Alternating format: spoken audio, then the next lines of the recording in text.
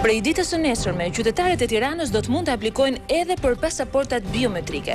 Ky dokument me elemente lartë sigurie është një prej kushteve për liberalizimin e vizave me Bashkimin Europian. Kosova kujton sot 10 vjetorin e sulmit ajror të NATO-s ndaj Serbisë, e cila kishte përshkallëzuar masakrën dhe genocidin ndaj popullsisë shqiptare në këtë vend. Por serbët e cilësojnë këtë si ditë zije. Fondi monetar ndërkombëtar paralajmëron se kriza ekonomike mund të zhysë miliona njerëz në varfëri dhe se vendet në zhvillim do të kenë një rritje dramatike të papunësisë, çka mund ta çojë botën në luftë. Shqipëria pret të shtunën Hungari në ndeshjen e radhës për botrorin 2010. Kapiteni Lala kërkon angazhimin e gjithë ekipit për t'u hakmarrë ndaj hungarezëve që në ndeshjen e parë fituan 2-0.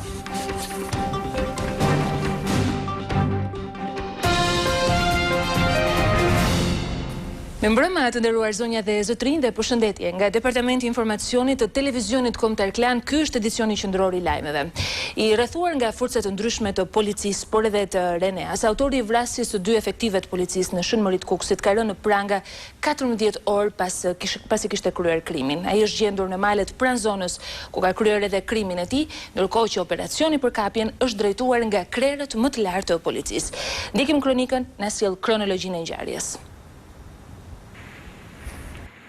Forcat e Renea kanë vënë në pranga vrasësin e 2 policëve, Ramadan Hila dhe Shkëlzen Dobroshi, në ngjarjen e ndodhur mbrëmjen e së hënës në Kukës. 33 vjeçari Afrim Hajdarin, ky që shihni në këtë foto, është kapur 14 orë pas krimit makabër në pyllin e fshatit Shemrisë, jo shumë larg vendit të ngjarjes, ku kishte qëndruar i fshehur për gjatë gjithë natës. Pas një aksioni të drejtuar nga krerët më të lartë të policisë, ai u gjet në një banesë të vjetër, bashkë me armën me të cilën ekzekutoi 2 efektivët e forcave të policisë. Në këtë operacion janë angazhuar të gjithë drejtuesit e lartë të policisë shtetit, të gjithë strukturat e policisë së qarkut Kukës, strukturat e policisë të qarkut Shkodër, forcat e ndërhyrjes së shpejtë, reparti Renea në përfundim të kërkimeve dhe të krejës së gjithë territorit dhe grumbullimit gjithë informacionit që lidhet me këtë ngjarje, u bëi mundur kapja dhe arrestimi i autorit që kreu këtë vepër të rëndë kriminale. Pas arrestimit, policia ka zbardhur edhe motivin e kësaj vrasje, një nga 3 e nisur një javë më parë. Datën 17/3/2009, autori i kësaj ngjarje, person me precedent penal i dënuar më parë, është kallëzuar në prokurorinë e rrethit gjyqësor Kukës nga 2 inspektorët e lartpërmendur për kundërshtimin e punonjësve të policisë dhe shkatrim të pronës. Dhe ky është shkaku dhe motivi i këtij krimit të rëndë. Vrasësi ishte i skeduar nga policia si një person me precedent penal. 6 vjet më parë ishte dënuar për dhunë të ushtruar në familje dhe njihej si person problematik. Ky është vendi ku 2 policët, Shkëlzen Dobroshi dhe Ramadan Hila, kishin kryer shërbimin e patrullimit përpara se të ekzekutoheshin nga 33 vjeçari Afrim Hajdarin. Ata ndodheshin në një lokal në aksin rrugor Shemrisë, kur u qelluan me breshëri automatiku nga ekzekutori i rrethorës 22:15 mbrëmjes së të hënës. Ramadan Hila punonte prej më shumë se 10 vitesh si punonjës i policisë së fshatit Shemrisë në Kukës. I martuar dhe me fëmijë, Hila ishte në gjendje jo të mirë ekonomike. Kolegu i tij më i ri në detyrë, Shkëlzen Dobroshi, kishte pak që ishte martuar dhe punonte prej më shumë se 3 vitesh në polici. Ekzekutimi i 2 efektivave të policisë së Kukësit konsiderohet si një prej ngjarjeve më të rënda që ka goditur policinë e shtetit gjatë viteve të fundit. Drejtuesit më të lartë shtetit mbar politika shqiptare kanë dënuar ekzekutimin e 2 efektivave të policisë, Ramadan Hila e Shkëlzen Dobroshi në Kukës, duke u përcjellë edhe mesazhe solidariteti familjarëve dhe të afërmve të tyre. Vrasja e 2 policëve në Kukës është dënuar nga krerët më të lartë të shtetit shqiptar. Presidenti i Republikës Bamir Topi në një mesazh drejtuar familjarëve të viktimave është shprehur se rënja në krye të detyrës së punonjësve të policisë është një humbje e madhe për forcat e rendit dhe të gjithë qytetarët që mbështesin uniformat blu në ruajtjen e sigurisë në vend. Kryeministri Sali Berisha e ka cilësuar si akt makabër ekzekutimin e 2 punonjësve të policisë. Në mesazhin e tij, kreu i qeverisë shprehu solidaritetin e plot me familjarët dhe i siguroi ata se autori i këtij krimi do marrë dënimin maksimal. Kryetaria e Kuvendit Josefina Topalli është nisur drejt Kukësit për të marrë pjesë në ceremoninë martore të 2 punonjësve të policisë. Ajo ka shprehur gatishmërinë për të qëndruar pranë familjeve në këto çaste të vështira. Kreu i opozitës Edi Rama në një mesazh ngushëllimi drejtuar të afërmve e ka cilësuar si tragjike humbjen e jetës së Ramadan Hilës dhe Shkëlzen Dobrushit. Nisur nga kjo ngjarje, Partia Socialiste ka deklaruar se situata e kriminalitetit në vend është shqetësuese, dhe se qeveria duhet të hartojë një strategji për ta përballuar atë. Edhe Lëvizja Socialiste për Integrim u ka shprehur ngushëllimet familjeve të dy efektivëve të policisë së shtetit që mbetën të vrarë në krye të detyrës. Talëm pas të ngjarje të hidhur, do të vjen flasim për tjera zhvillime të ditës. Prej ditës së nesër, me qytetarët e Tiranës do të mund të aplikojnë edhe për pasaportat biometrike. Bëhet fjalë për një dokument me element të lartë sigurie, i cili përbën një ndër kushtet thelbësor për liberalizimin e vizave mes Shqipërisë dhe Bashkimit Europian. Disa javë pas fillimit të procesit për pajisjen me letër njoftime, Ministria e Brendshme njoftoi nisjen e aplikimit edhe për pajisjen me pasaporta biometrike. Duke filluar nga dita e mërkurë në Tiranë, qytetarët do të kenë mundësi të aplikojnë për këtë dokument të ri me element të lartë sigurie, çka përbën edhe një prej kushteve kryesore për liberalizimin e vizave mes vendit tonë dhe Bashkimit Europian. Pajisja e qytetarëve shqiptar me dokumentat e reja të identitetit ka një rëndësi të madhe për procesin e integrimit të vendit tonë në Bashkimin Europian dhe në mënyrë të veçantë për procesin e liberalizimit të vizave. Për më tepër, numri i pasaportave biometrike të lëshuara për qytetarët shqiptar do të jetë një argument i rëndësishëm për liberalizimin e vizave mes Shqipërisë dhe Bashkimit Europian. Procesi i aplikimit për pasaport biometrike është i njëjtë me ato për pajisjen me letër njoftimin elektronik. Me këtë rast, Ministria e Brendshme u bëri edhe një erthirje të gjithë qytetarëve shqiptar, të drejtojnë zyrave të aplikimit për dokumentat e reja të identitetit, letër njoftimin elektronik dhe pasaportën biometrike.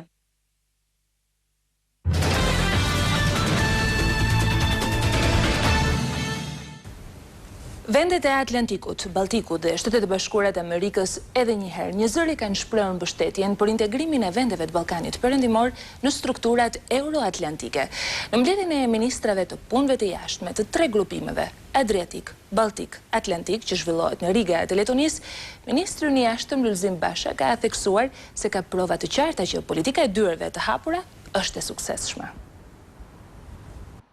Vendet e Adriatikut dhe të Baltikut, së bashku me Shtetet e Bashkuara, kanë theksuar mbështetjen e tyre të fuqishme për vendet e Ballkanit Perëndimor në rrugën e tyre drejt anëtarësimit në NATO dhe në Bashkimin Europian. Të mbledhur në Riga të Letonisë, ministrat e punëve të jashtme të kartës A5, tre vendeve të Baltikut, si dhe zëvendës ndihmës sekretari i Shtetit i Shteteve të Bashkuara të Amerikës, diskutuan për çështjet që lidhen me sigurinë e rajonit, perspektivat e zhvillimit dhe bashkëpunimit mes tyre në funksion të integrimit në strukturat euroatlantike. I ftuar në këtë takim nga homologu i tij letonez Maris Riektins, ishte edhe ministri shqiptar Lulzim Basha. Kryediplomati Basha mori mbështetjen e vendeve pjesëmarrëse për integrimin e vendit tonë, si dhe urimet e tyre të përzemërta për anëtarësimin e Shqipërisë në NATO, që do të bëhet realitet në samitin e Strasbourg-Kelit në 3 dhe 4 prill. Are a clear proof that this open door policy is a success.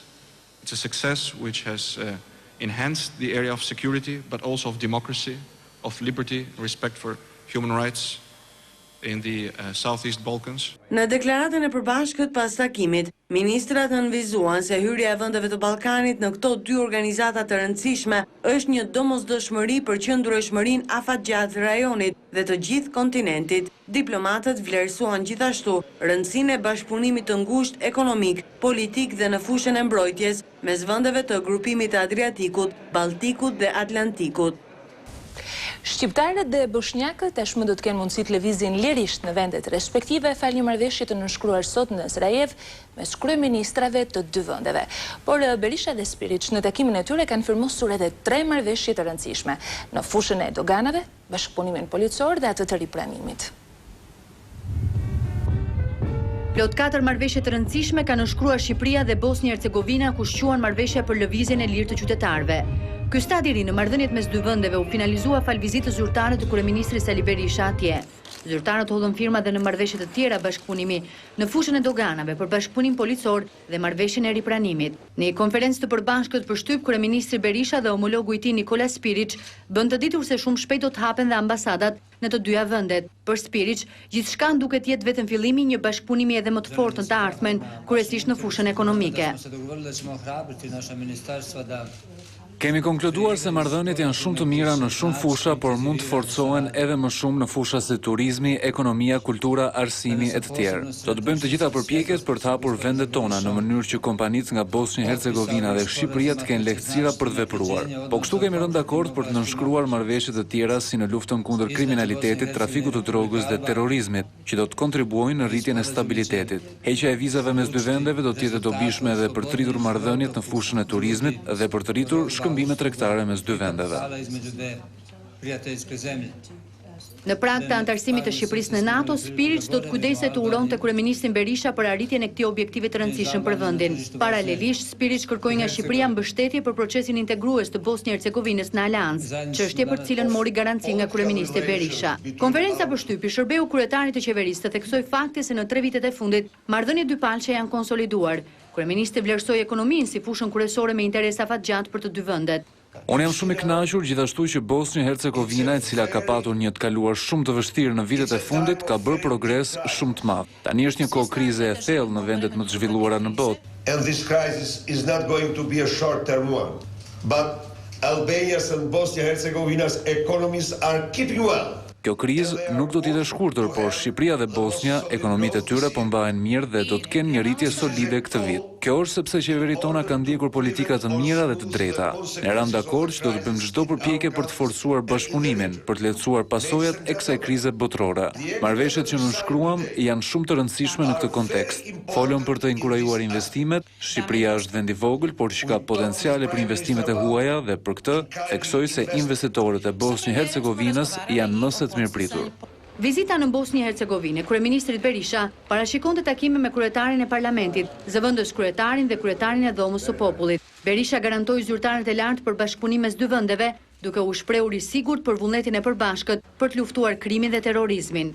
Kryetari i Dhomës së Popullit Ilia Filipović i vlerësoi arritjet e Shqipërisë si të shkëlqyera. Ai gjithashtu përgëzoi kryeministrin për hyrjen në NATO, duke konsideruar si një sinjal domethënës edhe për Bosnjë-Hercegovinën. Kryeministri Berisha u takua dhe me presidentin e Bojsha Radmanović, si dhe përfaqësues të komunitetit shqiptar në Bosnjë-Hercegovinë. Në një takim me prefektët, kryetaret e bashkive dhe njësive bashkiake të kryeqytetit, zëvendës ministri i brendshëm zoti Ferdinand Poni, së bashku me kryetarin e Komisionit Qendror të Zgjedhjeve zotin Arben Ristani, u kanë bërë thirrje atyre për bashkëpunim në mirë menaxhimin e procesit zgjedhor. Ristani porositi përfaqësuesit e pushtetit vendor si një hallk shumë e rëndësishme në këtë proces që të përgatisin me përgjegjësi të plot listat paraprake të zgjedhësve, të kujdesen për zgjedhjen e mjediseve ku do të vendosen komisionet zonale të administrimit të zgjedhjeve, si dhe dhomat e numërimit të votave. Në mënyrë të veçantë, ai ka kërkuar që vendodhja e tyre të mos krijojë konflikte mes forcave të ndryshme politike. Ndërkohë, zëvendës ministri Poni tha se për njësitë e qeverisjes vendore është dhënë edhe suporti financiar për mbarvajtjen e procesit në fjalë. Kryetari i Lëvizjes Socialiste për Integrim Ilir Meta është takuar me përfaqësues të shoqatës së jetimëve, të cilëve u ka premtuar se qeveria e majt do të sigurojë punë, strehim e do të rikthejë dinjitetin e humbur në shoqërinë shqiptare. Kemi këtu për të angazhuar për të realizuar një integrim sa më dinjitos të gjithë jetimëve të Shqipërisë në gjithë proceset e zhvillimit të vendit dhe të integrimit të shqiptarëve dhe ikosisht edhe të vendit në Europë. Në këtë drejtim, në themel të gjithë angazhimit tonë të ardhshëm, edhe qeverisës do të jetë pikërisht punësimi dhe punësimi për jetimët. Nga në tjetër, krye socialisti Edi Rama vijon turin e takimeve me vullnetarët, kësaj herë është ndalur në Koplik, ku në takimin me banorët ka theksuar se në rast se Partia Socialiste do të marrë pushtetin, një ndër detyrat kryesore është nxjerrja e vendit nga kriza. Kryetari i Partisë Socialiste së bashku me rrjetin e vullnetarëve u ndal këtë herë në qytetin e Koplikut. Kryesocialisti u ndal në aspiratën e shqiptarëve për ndryshim, për ta bërë Shqipërinë si gjithë Europa, por sipas tij është e domosdoshme që në radhë të parë të ndryshojë vetë politika.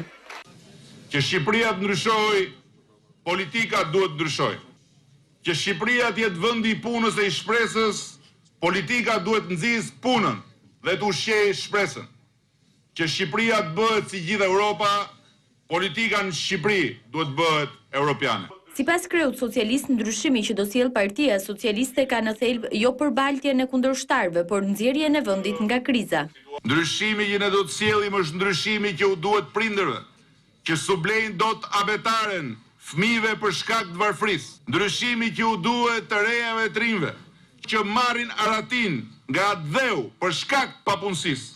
Ndryshimi që u duhet familjeve shqiptare në qytet e në fshat që nuk arrin dot fundin e muajit për shkak të varfërisë e të papunësisë bashkë. Nga kupliku i malësisë së madhe, Rama tha se politika e vjetër e 18 viteve ndihet tashmë e kërcënuar nga bashkimi i të gjithë shqiptarëve rreth politikës së re të ofruar nga Partia Socialiste. Të tjera deklarata, thënie kundra thënie kanë shënjuar edhe sot politikën e ditës. Cilët janë disa nga detajet kryesore të këtyre zhvillimeve? Ndjekim një përmbledhje në vijim. Saliu dhe Shabani gënjyen paq, kur thanë se po shpërndajnë tapit e shpive. Saliu dhe Shabani gënjyen sepse në programin e tyre politik të parealizuar tashmë, legalizimin duhet e kishin mbaruar në fund të vitit parë të qeverisjes tyre. Sot jemi në fund të mandatit të tyre dhe asgjë s'ka ndodhur. Partia Socialiste e Shqipërisë mbetet e angazhuar që ky proces jo vetëm të përfundojë sa më parë, por ne jemi shumë të interesuar që në këtë zona të zhvillohet sa më parë procesi i urbanizimit. Një nga imitojësit e kryetarit të Partisë së Bashkisë u shfaq sot impostuar për të lëshuar gënjeshtrat e radhës, këtë herë për procesin e realizimeve të ndërtimeve informale në vend. Përfaqësuesi politik i asaj partie, që i quajti banorët e zonave informale me epitetet më të padenja dhe bëri çdo përpjekje për të bllokuar procesin e legalizimit, gënjeu sot publikisht duke thënë se procesi nuk ka filluar ende. Procesi i realizimit në fakt është në fazën përmbyllëse të tij. Vetëm gjatë 2 javëve të fundit janë dhënë lejet e legalizimit për mbi 21.000 shtëpi e apartamente, asgjë nuk do të mund ta pengojë këtë proces. As sulmet politike të Partisë Socialiste, as përpjekjet gjyqësore apo administrative të Partisë së Bashkisë, as sokollimat e individëve si Manjani, në xhepat e të cilit mund të gjenden ende vula false të antikontrabandës. Unë ftoj të gjithë qytetarët që besojnë në përfaqësimin tonë politik të marrin kartën e identitetit. Është një proces fare i thjeshtë dhe komod. Qeveria ka marrë gjitha masat e domosdoshme për të bërë stimulimin e vullnetit qytetarëve për të pajisur me kartë identiteti nëpërmjet masave shtrënguese dhe masave lehtësuese që shoqërojnë këtë proces. Partia Socialiste po jep një impakt negativ për këtë proces, por sigurisht është në filozofinë e smajtës në tërësi që çdo problem e zgjidh me negativitet. Ne u bëjmë thirrje shqiptarëve që të shkojnë në kutitë e votimit, të mos presin që Sali Berisha t'u jap falas kartat e identitetit. Donë se neve i bëjmë thirrje. Ai nuk do ta bëjë këtë gjë.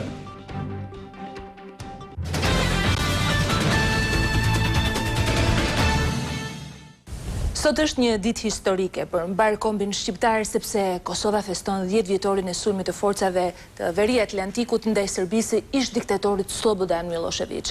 Një Serbi e cila kishte përshkallëzuar dhunën, genocidin edhe masakrën ndaj popullsisë kosovare, një sulm i cili vetëm 3 muaj më vonë do të sillte edhe çlirimin e Kosovës. Andaj në këtë ditë e rëndësishme, qytetarë, por edhe drejtues të lartë të vendit e kanë vlerësuar aktin vital të NATO-s si një ngjarje që shumë vite më vonë do të sillte edhe pavarësinë e shtetit më të ri të Europës. Në 10 vjetorin e bombardimit të Serbisë nga NATO, kryeministri i Kosovës Afrim Hajdarin e cilësoi atë veprimin e duhur të nevojshëm për shlirimin e Kosovës dhe fitimin e pavarësisë. Ka qenë vendimi domosdoshëm i komunitetit ndërkombëtar pas nënshkrimit e marrëveshjes tonë në Rambuje. Kosova digjej nga dhe ndonin deportimet nga Serbia, prandaj lufta jonë e drejtë e fitoi edhe për krahjen ndërkombëtare, ishte veprimi i drejtë në kohën e duhur për fituar Kosova lirinë. Prandaj edhe ai vendim dhe realiteti krijuar sot si shteti i pavarur sovran demokratik Kosovës ka dhënë drejt atij vendimi sepse ai vendim ishte çelësi historisë së suksesit për Kosovën e re. Në mbrëmjen e 24 marsit 1999, Aleanca Veriatlantike nisi ofensivën e saj ushtarake për t'i dhënë fund luftës. Për herë të parë në historinë 50 vjeçare të ekzistimit të Aleancës, liderët perëndimor vendosën të përdornin NATO-n për të parandaluar spastrimin etnik nga forcat e Miloševićit. 10 vjet më vonë, pavarësia e Kosovës njihet nga 56 vende të botës, përfshirë këtu dhe Shtetet e Bashkuara të Amerikës, dhe 22 nga 27 vendet anëtare të Bashkimit Europian. Disa fitojnë të tjerë humbasin historia ka 2 anët e saj, ndërsa kosovarët festojnë në datën 24 mars, serbët e konsiderojnë një ditësie, madje protestojnë ndaj ndërhyrjes perëndimit. Në këtë linjë nuk i ndodhë të ndryshe janë edhe drejtues aktual politik, të cilët mendojnë se ndërhyrja e NATO-s ishte një gabim i pastër historik. Në mesditën e 24 marsit, sirenat u shtuan në Beograd në përkujtim të 10 vjetorit të sulmeve të NATO-s në Serbi. 10 njerëz në rrugë dhe qeveria në mbledhjen e saj mbajtën nga 1 minutë heshtje, ndërsa në mbrëmje ata dolën në shesh për të dënuar këto sulme që sipas Beogradit i kanë marrë jetën 3000 personave. Presidenti serb Boris Tadić i vlerësoi sulmet e NATO-s si të gabuara, ndërsa kryeministri Mirko Cvetković tha se ato ishin të paligjshme dhe në kundërshtim me ligjin ndërkombëtar. Serbia nuk do t'i harrojë kurrë ato ditë tragjike, tha ai. Serbët e intervistuar u shprehën ashpër kundër Amerikës dhe Europës, që sipas tyre janë përgjegjëse për vrasjen e civilëve dhe që duhet i dënojnë sulmet e të korrigjojnë gabimet. Do të vijmë me të tjera informacione, do të rikthehemi përsëri në vend. Banorët e 3 fshatrave në komunën e Kryevitit në Kavaj janë evakuuar menjëherë si pasojë e rrezikut të shpërthimit të digës së rezervuarit të Shajdushkut. Por ndërhyrja e pushtetit vendor dhe atij qendror ka qenë menjëhershme dhe situata është normalizuar brenda një kohe të shkurtër. Diga e rezervuarit të Shajdushkut në komunën e Kryevitit 16 km larg Kavajës ka rrezikuar të shpërthejë si pasojë e rrëshqitjeve të dherave. Bllokimi i derdhjes kryesore ka bërë që 500 banor të braktisin shtëpitë e tyre. Menjëherë pasi është dhënë njoftimi në vendngjarje kanë shkuar përfaqësues të pushtetit vendor dhe specialistë, të cilët kanë marrë masat e duhura për të bërë të mundur parandalimin e një katastrofe të mundshme dhe kanë evakuuar banorët e 3 fshatrave përreth. Si rezultati një defekti teknik erdhi një avari që shëqyrë Zotit ngritin alarm të plot të gjithë strukturat e shtetit, qoftë atij qendror, qoftë pushtetit vendor. Kështu kemi dhënë mobilizim të plot, fshatarët janë evakuuar nga familja e tyre, kanë shkuar tek të afërmit dhe rezultati është deri tani që atje nuk ka njerëz përveç ekipit të shpëtimit, i cili qëndron në gatishmëri për çdo situatë që na lajmëron. U zhvendos fillimisht popullata e fshatrave të rrezikuara, Spille, Greth i Mesëm e Greth i Madh, dhe filloi ndërhyrja teknike për zgjerimin dhe thellimin e shkarkuesit katastrofik të rezervuarit të Shajdushkut. Rezervuari vazhdon të shkarkohet nga shkarkuesi katastrofik dhe nuk ka rrezik për katastrofë të mundshme. Shmangja e shpërthimit të rezervuarit të Shajdushkut është bërë e mundur nëpërmjet çarjes së tubacionit të emergjencës, që ka siguruar derdhjen e ujit për të shmangur rritjen e nivelit të tij. Dhe sipas specialistëve, ky tubacion do të mbahet i hapur deri në uljen e nivelit deri në 1.8 metër në rezervuar, pasi nga llogaritjet e bëra nëse niveli arrin në 8 metër, ai rrezikon ende shpërthimin. Shpërndarja e certifikatave të pronësisë për ndërtimet në zonat informale ka vijuar normalisht, kësaj here në Beratën e Lushnje, ku Aluizni ka shpërndar tapit për 100 aplikues të rinj. Shpërndarja e lejeve të legalizimit ka vijuar këtë të martë në rrethin e Lushnjës. Kryeju i Agjencisë së Legalizimeve, Shaban Memia, ka qenë i pranishëm në dhënien e 50 certifikatave të para të pronësisë, procesi i cili fut në tregun e pasurive të paluajtshme edhe ndërtimet informale të këtij rrethi. Është reforma e cila do të ndajë Shqipërinë nga informaliteti. Ne këto ditë kemi lëvizur pothuajse gjitha qarqet, po vazhdojmë, strukturat po punojnë në të gjitha njësitë e qeverisë lokale. Sepse nga një anë e ndajmë nga informaliteti, këtë kapital të vdekur e bëjmë kapital të ligjshëm dhe i fusim në treg. Pas marrjes së certifikatës së pronësisë, qytetarët u shprehen të kënaqur pasi mezi prisnin të ligjërohej drejta mbi pronën e tyre. Gëzimi jonë është i madh sepse neve ligjërojmë pronën dhe djersën e ekonominë. Unë të jesh shumë i kënaqur për këtë ndërë që na bëre qeveria për njohjen e pronës. Në rrethin e Lushës numërohen mbi 10.000 dosje të depozituara që presin të legalizohen. Kreuja Luiznit ka qenë edhe në Berat, ku ka marrë pjesë në ceremoninë e shpërndarjes së lejeve të legalizimit për 50 aplikuesit e parë. Memia theksoi se tashmë edhe në këtë qytet përfundon me sukses faza e parë e punës. Në total për të gjithë qarkun janë bërë rreth 7.500 aplikime, 3.000 nga të cilat janë kompletuar me dokumentacionin e nevojshëm dhe pritet vetëm pagesa nga ana e qytetarëve për të proceduar më tej me shpërndarjen e certifikatave të pronësisë.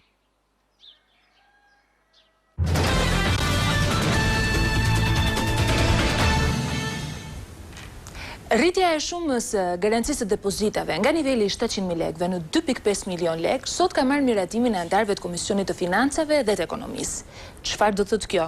Në rast falimentimit të bankës, çdo depozitues i garantohet 100% shuma deri në 2.5 milion lekë. Sipas ekspertëve të Ministrisë së Financave, ky projekt ligj sjell për afrimin e legjislacionit tonë me atë të vendeve të Bashkimit Europian. Një lëvizje e tillë e propozuar fillimisht nga Banka e Shqipërisë rrit ndjeshëm shkallën e besueshmërisë për të depozituar pranë bankave tregtare në vend, në kushtet e një pasigurie shkaktuar nga kriza botërore. Sipas relacionit që shoqëron këtë projekt ligj, konstatohet se më se 96% e numrit të individëve që kanë llogari kursimi në bankat në vend nuk e kalojnë shumën e 2.5 milion lekëve, çka do të thotë se ky projekt ligj mulon gati totalisht spektrin e depozituesve.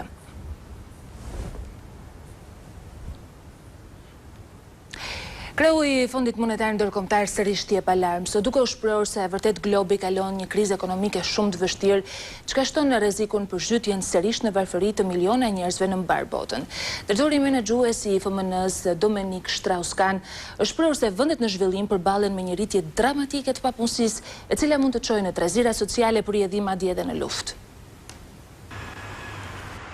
Fondi Monetar Ndërkombëtar ka paralajmëruar se kriza ekonomike globale mund të shkaktojë probleme të mëdha sociale, madje edhe luftë. Kreu i fondit Dominik Strauss-Kahn tha se varfëria do të prek miliona njerëz në të gjithë botën. Shumë vende do të vuajnë pasojat e pariparueshme të recesionit, tha ai. Komentet e Kahn erdhin gjatë takimit të Organizatës Ndërkombëtare të Punës në Gjenevë. Sipas tij, industria financiare globale duhet të riparohet si pjesë e përpjekjeve për daljen nga kriza, në një kohë që disa qeveri kanë mundësi për të miratuar masa të mëtejshme stimulimi financiar si shpenzime apo shkurtime taksash për të nxitur kështu ekonominë. FMN-ja po ashtu ka bërthirë qeverive të miratojnë buxhete stimulimit të barabarta nëpër masa me 2% të prodhimit të brendshëm bruto botror. Nga ana tjetër, Shtetet e Bashkuara kanë paraqitur planin për pastrimin e bankave nga kredit e këshia.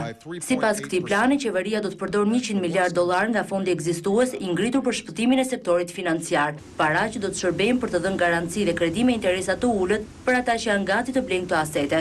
Marrëveshja e nënshkruar me Rezervën Federale ka të bëjë pikërisht me ruajtjen e stabilitetit financiar. Po ashtu, bosut e kompanisë së sigurimeve AIG kanë pranuar të kthejnë bonuset, të cilat kapin një vlerë rreth $50 miliard.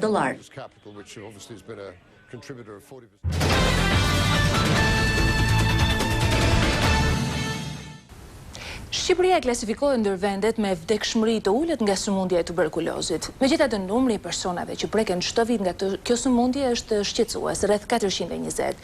Specialistë të shëndetit publik vënë në dorë gishtin në plagë, duke u shprehur se zonat më problematike janë ato të varfra në verilindje të vendit. Në ditën botërore të luftës kundër tuberkulozit, mjekët deklarojnë se në Shqipëri çdo vit zbulojnë 420 raste të reja. Tuberkulozi është sëmundje ngjitëse e cila prek kryesisht mushkrit, por edhe organe të tjera. Në Shqipëri aktualisht regjistrohen 13 raste të reja me tuberkuloz për 100.000 banor. Afërsisht përkthehet në 420 raste të reja në vit. Tuberkulozi është sëmundje infektive që prek përveç mushkrive edhe cipat e trurit, kockat e organet të tjera. Sipas specialistëve, tuberkulozi është më i përhapur në zonat verilindore, ndërsa një nga shkaqet që çon në këtë sëmundje është varfëria. Që kjo sëmundje prek kryesisht stresat e paprivilegjuara ose stresat nevojë. Janë vendet verilindore, Kuksi, Tropoja, Dibra, që historikisht kanë pas gjithmonë më tepër, dhe përveç ecurisë historike, ato kanë probleme ekonomike, që është e vërtetë. Kjo sëmundje infektive është e kurueshme nëse kapet në kohë dhe mjekohet siç duhet. Përsa i përket vaksinës kundër tuberkulozit, që bëhet tek fëmijët që në ditët e para të lindjes, ajo nuk krijon mbrojtje totale. Qeveria po synon ndër të tjera që të disiplinojë disi dhe aktivitetin në sektorin artizanal, i cili vitet e fundit, siç e dim, zhvillohet pas një orientim. Për këtë arsye, në bashkëpunim me grupet e interesit po hartohet një projekt ligj i cili synon mbrojtjen dhe zhvillimin e këtij sektori të rëndësishëm ekonomik në vend. Puna në sektorin artizanal në vend dhe funksionimi i këtij tregu nuk do të jenë më kaotik, por së shpejti do t'i nënshtrohen detyrimeve sipas ligjit. Ministria e Kulturës, ajo ekonomistë në bashkëpunim me grupet e interesit, kanë përgatitur një projekt ligj për artizanatin, që synon zhvillimin e këtij sektori të ekonomisë. Ky ligj që ofrohet është një sintezë apo bashkim i disa ligjeve, i ligjit gjerman për artizanatin, i ligjit italian.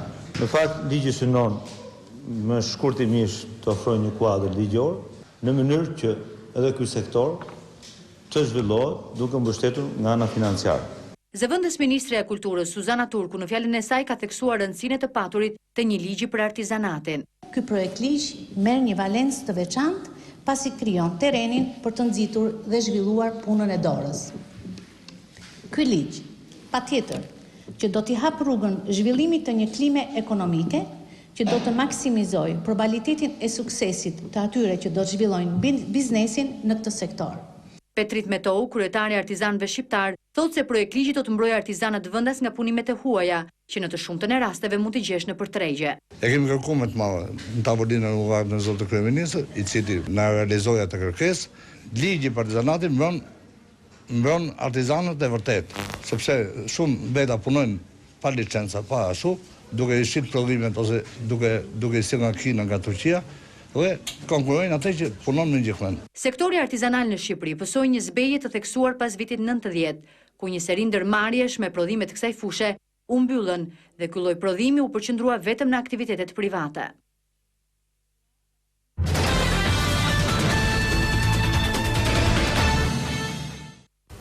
Qeveria e Qendrës së Djathtë në Çeki, e cila ka edhe presidencën e Radhës Bashkimit Europian, ka humbur votbesimin në parlamentet, për këtë arsye duhet të jap dorëheqjen. Mocioni i votbesimit i kërkuar nga opozita socialdemokrate u kalua me 101 vota pro. Humbja në parlament është një goditje mjaft e rëndë për kryeministrin Mirek Topolanek. Megjithatë, kabineti qeveritar do të qëndrojë në detyrë derisa presidenti Václav Klaus të emërojë administratën e re ose derisa të shpallen zgjedhjet e parakohshme. Si qeveria e Topolanek, ashtu edhe partitë opozitare nuk e kanë përjashtuar mundësinë e mbajtjes së zgjedhjeve në vjesht. Opozita ka kërkuar që qeveria të qëndrojë në detyrë deri në qershor, ku përfundon edhe mandati i presidencës së Bashkimit Europian. Megjithatë, kryeministri ka deklaruar se do t'i kërkojë presidentit një mandat të dytë për formimin e qeverisë së re, dhe vetëm nëse kjo mundësi dështon, do të ketë zgjedhje të reja.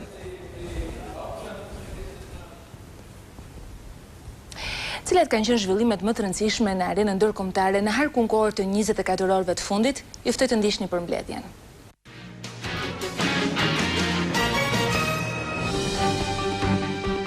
Qeveria koreano-jugore ka njoftuar një plan ekonomik për 20.9 miliard dollarësh për të evituar hyrjen e vendit në recesion për herë të parë në 11 vjet. Fondi do të shërbejë për të shpëtuar dhe krijuar vende të reja pune, do të mbështesë ndërmarrjet e vogla, do të investojë në projekte të reja dhe do ndihmojë të varfrit dhe të papunët. Spanja ka hedhur poshtë njoftimet për përçarjen në qeverinë e saj socialiste lidhur me vendimin për të tërhequr trupat nga Kosova. Ministre e Mbrojtjes Carmen Chacon tha se tërheqja e 620 trupave spanjolle do të vihet në jetë gradualisht në bashkërendim me aleatët, por ajo shtoi se vendimi për tërheqje ishte përfundimtar. Turqia ka siguruar përkrahjen e Irakut lidhur me rebelët kurd. Marrëveshja u nënshkrua mes Abdullah Gül dhe homologut të tij irakian Xhalal Talabani. Marrëveshja mes dy palëve do të rrisë edhe më tej bashkëpunimin në luftën kundër terrorizmit. Alaska është në alarm për shpërtimin e vulkanit Mount Redoubt. Nuk ka njoftime përdome apo të lënduar, por parashikohet që fenomeni të zgjasë disa javë. Që nga dita e sotme janë anulluar 19 fluturime në aeroportin kombëtar të zonës. Banorët e qendrave që gjenden më afër me vulkanin janë paralajmëruar të jenë gati të lënë banesat në çdo moment. Gjatë vitit 2008 janë ekzekutuar me vdekje 2390 persona në 25 vende të ndryshme të botës. Për vitin 2009 janë kryer 103 ekzekutime, 25 vende ende zbatojnë dënimin ekstrem, por 93% e rasteve regjistrohen në Kinë, Iran, Arabi Saudite, Pakistan dhe Shtetet e Bashkuara. Në Evropë dënimi me vdekje aplikohet vetëm nga Bielorusia. Franca do të kompensojë me para të gjitha ata persona që kanë vuajtur nga sëmundje të ndryshme për shkak të testeve të armëve bërthamore. Sipas ministrit të mbrojtjes Herve Morin, do të hetohen të gjitha kompanitë për të cilat ka pasur raportime. Nga vitet 66 deri në vitin 96, Franca ka mbajtur më shumë se 200 teste të armëve bërthamore në Algjeri dhe Polinezinë franceze.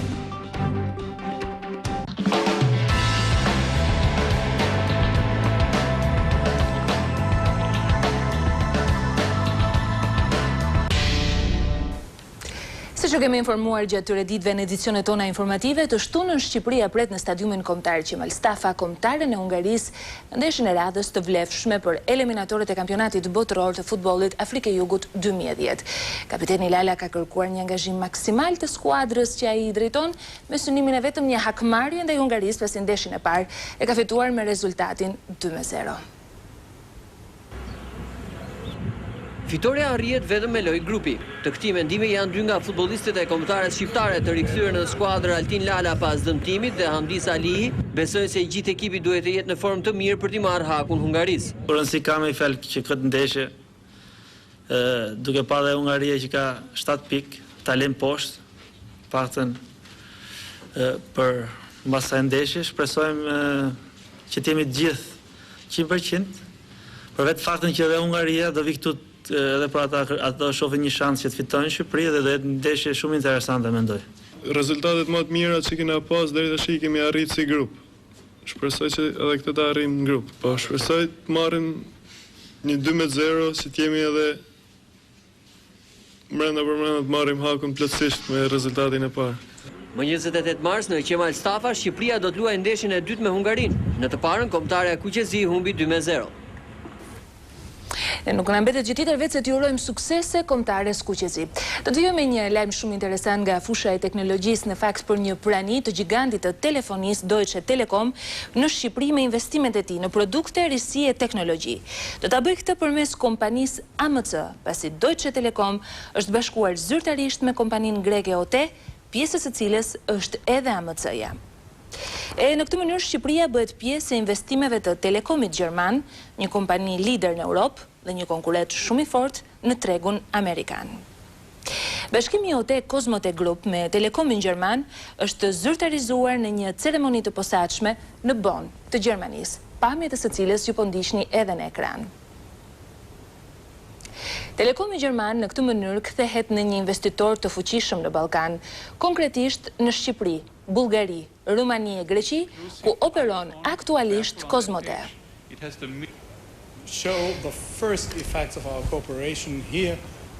Në ceremoninë e bashkimit të këtyre dy kompanive, më shumë se 120 gazetarë nga të gjitha këto vende janë njohur me teknologjinë e lartë dhe produktet që ofron kjo kompani, të cilat do të jenë të pranishme edhe në tregun shqiptar të telefonisë celulare. Kjo është edhe një garanci më shumë për cilësi shërbimit. Nderuar teleshikues, kemi mbritur në fund të këtij edicioni lajmesh ku jeni njohur me ngjarjet kryesore të kësaj dite. Unë ju falenderoj për vëmendjen tuaj që besoj do ta kemi edhe për programacionin e vijim, por më parë dua t'ju kujtoj alternativën informuese duke klikuar në faqen tonë zyrtare në internet në tvklan.tv për të marrë informacione në kohë reale, por edhe për të ndjekur 24 orë live online programet e ndryshme të televizionit tonë. Mbrëmja vijon me lojën spektakël Kutia. Ju mirëpret në Keldemi dhe më pas në 22 mos mungonin emisionin Opinion gazetarit Blendi Fevziu për të marrë përgjigjen për pyetjen: a ka sot rini Shqipëria? Bashkë mirupafshim.